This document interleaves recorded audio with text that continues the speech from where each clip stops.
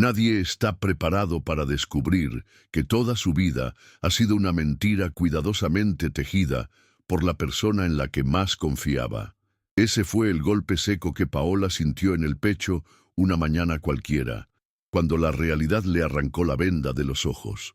Si alguna vez te hicieron sentir que no eras suficiente, quédate conmigo hasta el final, porque esta historia es para ti. Ese día comenzó como cualquier otro. Café con canela, las ventanas abiertas dejando entrar la luz suave de Guanajuato y el sonido de su máquina de coser como fondo. Estaba terminando un boceto en el que llevaba semanas trabajando, una pieza inspirada en los colores vivos de su niñez, en los bordados que su abuela le enseñó a hacer con paciencia y amor. Era más que un diseño, era una parte de sí misma. Pero ese equilibrio silencioso se rompió con un mensaje anónimo que le llegó al correo. Un enlace, un desfile en Nueva York, su diseño exacto, pero con otro nombre en los créditos, Julián Ortega, su esposo. Al principio pensó que era una coincidencia, un malentendido, pero al revisar el resto de la colección, el mundo se le vino abajo. Cada prenda, cada patrón, cada detalle llevaba su alma, su firma oculta entre costuras y texturas. Todo estaba ahí, menos su nombre. La traición no fue solo profesional, fue íntima. Porque Julián no solo se robó sus ideas, se robó su voz, su identidad. Y lo hizo a sus espaldas, usando las noches en que ella se quedaba dormida, exhausta, para hurgar en sus cuadernos de bocetos, copiar archivos y enviarlos a contactos de los que ni siquiera ella sabía que él disponía. Esa sensación de desamparo no provenía únicamente del dolor, sino también de la humillación. ¿Cómo no se dio cuenta? ¿Cómo no percibió que el hombre que decía amarla era en realidad su mayor sabotador? Paola pasó las primeras horas en estado de negación. Llamó a Julián, queriendo oír de su boca alguna explicación que hiciera todo parecer menos cruel. Él contestó con la misma voz dulce de siempre, fingiendo normalidad. Cuando ella lo confrontó, él ni siquiera intentó negarlo. Solo dijo que era mejor así, que su nombre abriría puertas que el de ella nunca abriría. Paola se quedó en silencio. Ni siquiera lloró. Fue como si algo dentro de ella se hubiera quebrado de forma tan profunda que ni las lágrimas podían salir.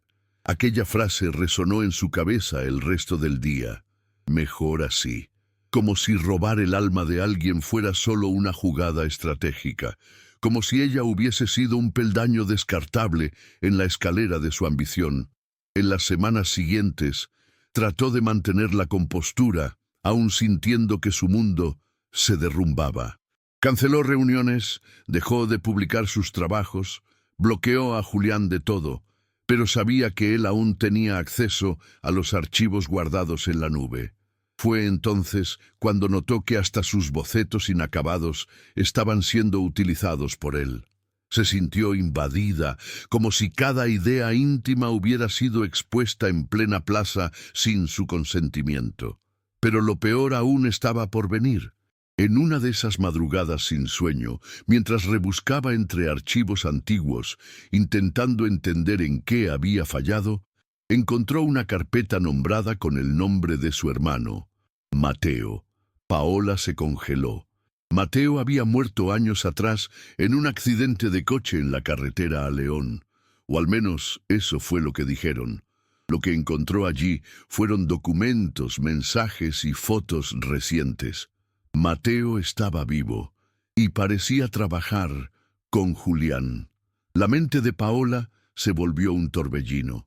Cada foto que abría era un puñetazo en el estómago. Mateo en reuniones, firmando contratos, almorzando con empresarios a quienes ella misma había intentado contactar sin éxito. Todo indicaba que él formaba parte de algo mucho mayor y mucho más sucio de lo que ella podía imaginar. El hermano por el que tanto había llorado, a quien pasó años visitando en el cementerio con flores y cartas, estaba vivo y aliado del hombre que había destruido su vida. Fue como morir por segunda vez. Pero no había tiempo para el duelo. La ira empezó a reemplazar el dolor. Necesitaba entender por qué. Necesitaba enfrentar esa verdad de frente.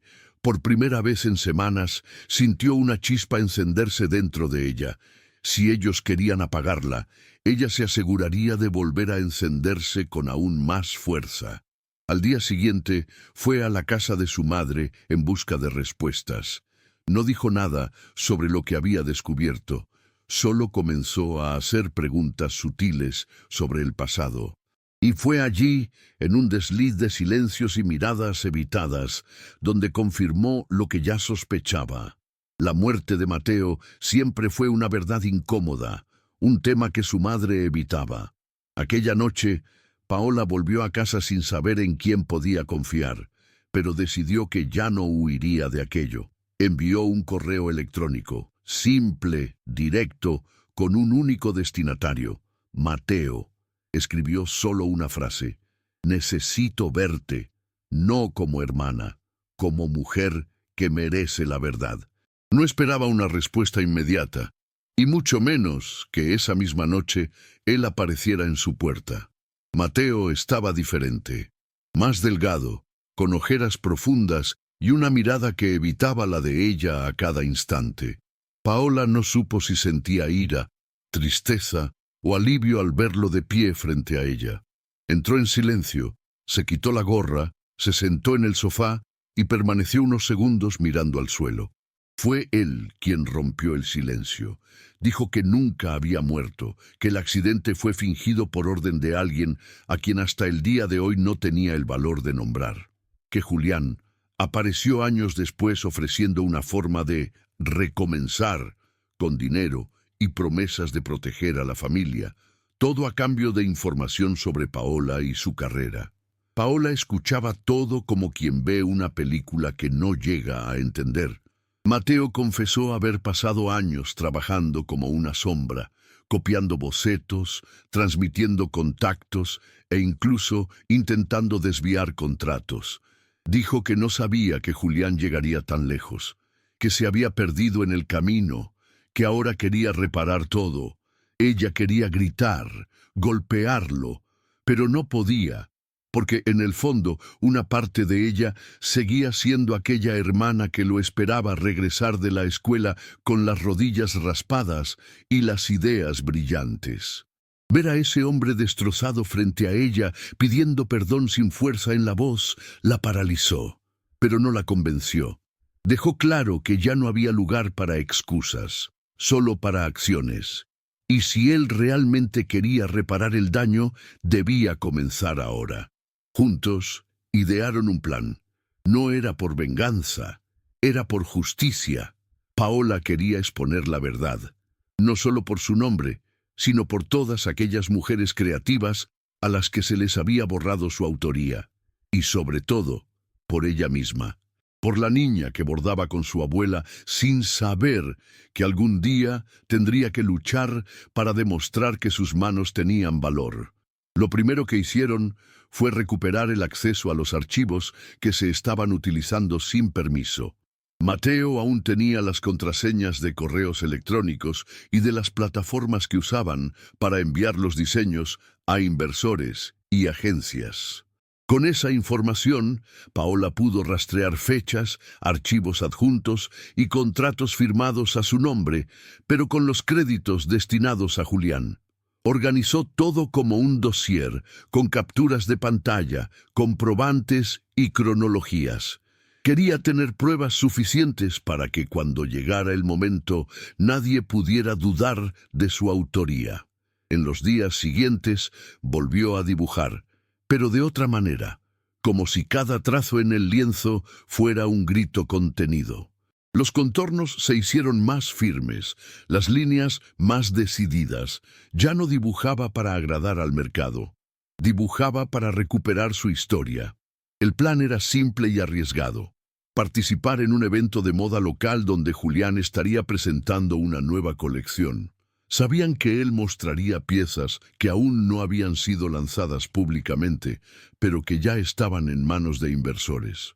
Paola entraría como invitada común, Pero antes de eso, enviaría de forma anónima a la prensa y a influenciadores una serie de evidencias, junto con croquis fechados y registros de autoría que ella misma había guardado desde el inicio de su carrera.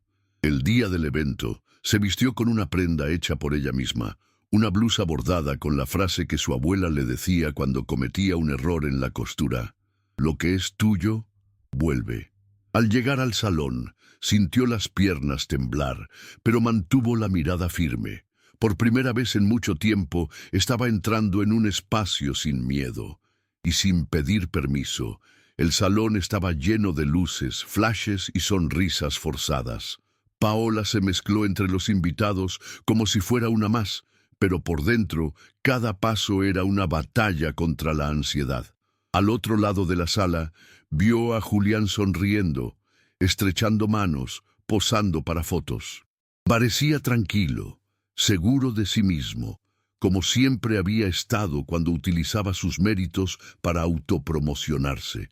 Pero ese día, él no sabía lo que le esperaba. A medida que pasaban los minutos, los celulares comenzaron a vibrar. Los periodistas recibían los archivos. Los influenciadores empezaron a mirarse entre sí, susurrando, mostrando las pantallas. Algo estaba cambiando en el ambiente, y Julián lo percibió. Su postura se tensó, su sonrisa se congeló. Uno de los patrocinadores se retiró discretamente tras revisar algo en su celular. Otro salió de la sala. Fue entonces cuando Paola decidió salir de las sombras. Caminó hacia el centro del salón con pasos firmes, el sonido de sus tacones resonando más alto que la música ambiente. Se detuvo cerca de la pasarela y miró a los ojos de Julián. No dijo ni una palabra. Solo sacó del bolsillo una miniatura impresa de un croquis, el mismo que él presentaría esa noche, y lo levantó, dejando que todos lo vieran. Era la prueba más simbólica de que esa colección no era suya. A partir de ese momento, el caos fue inevitable. Los reporteros comenzaron a filmar, los invitados a cuestionar. En minutos, Paola se convirtió en el centro de un torbellino que ella misma había desatado. Pero, a diferencia de lo que temía, no sintió miedo, sintió alivio. Era como si, finalmente, pudiera respirar sin sentir el peso de las ataduras que la habían mantenido en silencio. En los días siguientes, el escándalo se apoderó de las redes y de la prensa especializada. Julián intentó defenderse, alegando que todo había sido un malentendido creativo, pero los documentos hablaban por sí solos. Los inversores rompieron contratos, los socios se distanciaron, y su nombre pasó a asociarse con el plagio y el fraude. Paola, por otro lado, tuvo que lidiar con otra avalancha: invitaciones a entrevistas, propuestas de colaboración, solicitudes para contar su historia en podcasts y revistas. Pero lo que más le importaba no era la fama repentina, era la sensación de justicia, de haber roto el ciclo del silencio y del borrado. Junto a Mateo, con quien ahora reconstruía una relación cautelosa, Paola empezó a reorganizar su taller. Comenzó de cero, con piezas nuevas, ideas propias y un control que antes no tenía. No romantizó el nuevo comienzo. Fue agotador, doloroso, a veces solitario, pero era suyo. Por primera vez sentía que cada pieza que salía de su mesa de trabajo llevaba no solo su identidad como artista, sino también la de una mujer que eligió no callarse. Aún quedaba resentimiento en su interior, contra Julián, contra Mateo, contra esa ingenuidad que la había hecho confiar ciegamente. Pero también había algo nuevo: orgullo. Orgullo por no haber dejado que le robaran su esencia, por haber transformado un golpe en un cimiento. Cuando su nueva colección fue lanzada en un evento pequeño, con gente sencilla y auténtica, ella lloró en silencio en el camerino. No por tristeza, sino por gratitud. Aquellos trazos no eran solo dibujos, eran cicatrices transformadas en arte. El último desfile de esa noche no terminó con aplausos exagerados ni discursos emotivos. Terminó con un silencio respetuoso, de esos que lo dicen todo sin necesidad de palabras. Paola salió de la pasarela con los ojos humedecidos, pero el corazón ligero. Al salir, una joven diseñadora se acercó sosteniendo un cuaderno de dibujos con manos temblorosas. Dijo que había seguido todo lo que ocurrió y que, gracias al coraje de Paola, decidió no rendirse en su propia carrera. Aquellas palabras fueron el punto final que ella ni siquiera sabía que necesitaba. Comprendió en ese instante que su lucha no había sido solo por ella. Cada pieza recuperada, cada nombre reescrito, cada voz recobrada. Todo eso era para crear un espacio donde otras mujeres también pudieran existir sin miedo. Paola no triunfó con venganza, triunfó con la verdad. Y esa victoria, aunque imperfecta, fue el renacimiento más honesto que pudo vivir. Si esta historia te conmovió de alguna manera, no te vayas sin dejar un like, comentar lo que sentiste, suscribirte al canal y compartir con alguien que necesite recordar que ninguna voz debe ser silenciada, porque lo que es tuyo siempre encuentra la manera de volver.